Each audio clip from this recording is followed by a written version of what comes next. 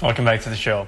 British chef Anthony Worrell-Thompson is being kept very busy at this year's World Gourmet Summit, now on in Singapore. That's right, he's hosting fine dining events and conducting a masterclass on cooking, all of which may not have happened if he had listened to his grandmother.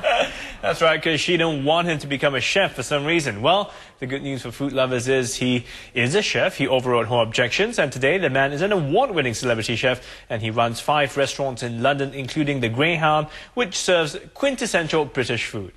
Well, Steve met him just recently and talked to him about the innovative English-style dishes that foodies can expect at his restaurant.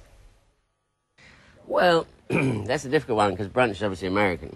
But I mean, we have, we would call it blunch, really, which is a mixture of breakfast and lunch.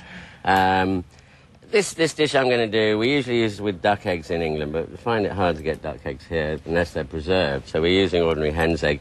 It's using the best of the British ingredients because we got little brown shrimps, but if you can't get those here, you can just use ordinary shrimps and just dice them up. A nice bit of smoked bacon, some cockles, asparagus.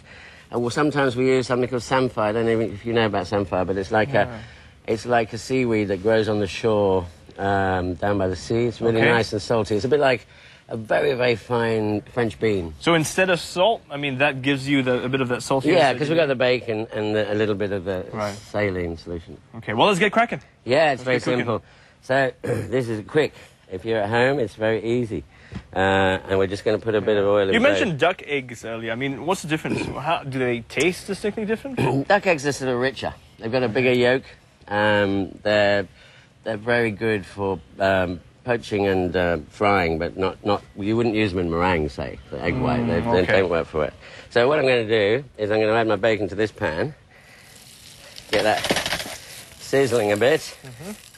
This is a smoked bacon. I mean, you could use pancetta, something like that, if you wanted to. The Italians use the pancetta. It's important to get a little bit of fat in it. You don't want it too lean. Okay. You know, everyone nowadays is lean, lean, lean, lean, lean. Oh, it drives me mad. You know, I mean, how do we keep our figures? That's right. Yeah. I guess the flavour's in all the fat as well. I mean, that's what... exactly. Yeah. Here we go. Yep. We don't want our eggs to cook too fast, so I might just ask you to lift those off the heat. Sure. So I hear you're a big fan of Japanese food, is that right? I love everything Asian. Yeah. It's brilliant being here in Singapore. Beautiful countryside. Look at what we got here. Jungle-y, but beautiful. And I'm a big fan of all Asian because it's light, refreshing. Don't use a lot of dairy products. Don't use a lot of wheat. Okay. All the things I'm trying to get rid of. Yeah. So I'm going to give it a little bit of pepper. Okay. So the idea behind eggs, in my opinion, is you cook them quite slowly. So often fried eggs have leathery bottoms, and we don't want that. So we're going there. I'm going to add a little bit of butter to that.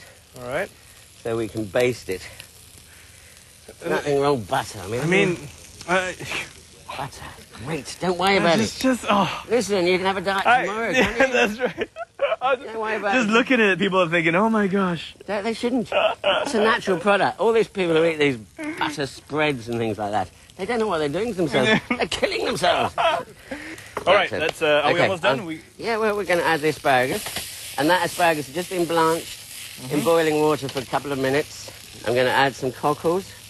A few little cockles. You could use clams if you wanted to. That's on the shrimp. These are our brown shrimps that we get in Morecambe Bay in England. Very famous. So, like I say, if you can't get them, just use ordinary shrimps and dice them up small. Okay. Our eggs are now coming on beautifully. So what we're going to do is just baste. In all seriousness, if you're worried about your waistband or your doctor's telling you take it easy on the high fat, saturated fats, you just use oil. Not a problem. I joke, of course, but I'm going to put a little bit more butter in here. Okay. Why not? We only live once. Absolutely. Okay. So we're very nearly there now. I'm going to leave you to finish up because it's time to think about what we're going to drink with this. And we always talk about a champagne brunch or a champagne breakfast. Tim, welcome back in. So you've seen what we've been cooking up. Right. Lots of looking good. Of butter. Lots of butter. Requires something with a lot of acidity. It's a challenge, eggs. Yeah, eggs and alcohol don't go often go. For sure. To see what you're going to do. And so this is something which is really bubbly with a lot of acidity. It's made from all 3 varieties, which is native to Champagne. So you've got Pinot Noir, you've got Pinot Meunier, and you've got Chardonnay in here. Okay. So it's non-vintage, fantastic quality. It's the ID of Louis Roederer. And so let's taste it, and we're gonna have fun. So we are doing the whole champagne. Yeah, might as well, right? Brunch thing, yeah. Okay, Absolutely. let's plate it. We are doing that. Let's get this underneath here. I mean, this is a good breakfast.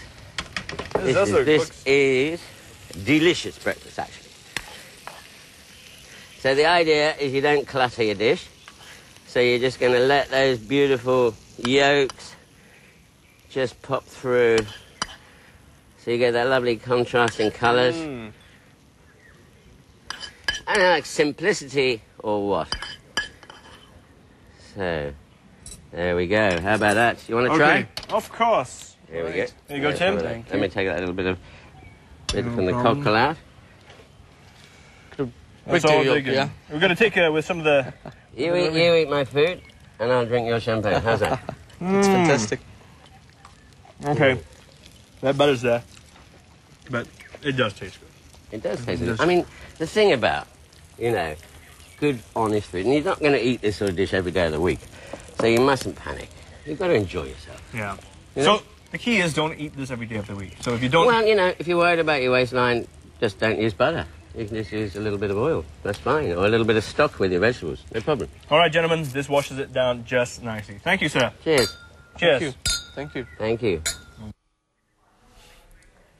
Simple indeed, but with a lot of hidden calories, I have to say. He was saying, well, we really cut back on so many things, but the taste is really in the fat and in some of the oils and butter. So that's where the flavor comes out. I guess the key is once in a while. Not every meal, not all the time, once in a while. Then go have a workout and do some exercise. Once in a while, that's the problem. You get addicted and you want more. Anyways, if you want to learn some cooking skills with Chef Anthony Worrell Thompson, he's conducting a culinary masterclass on 30th April at Sunrise Global Academy on 30th April. That's right, so catch him there, or if you want to get a taste of his food, join him for a night of fine feasting at Stella. That's from now till the 30th of April. Okay, we're headed for a quick breather, but our culinary adventure isn't over just yet. We'll savor more fine flavors as the man behind the World Gourmet Summit whips up some gourmet breakfast for us. Do stay with us.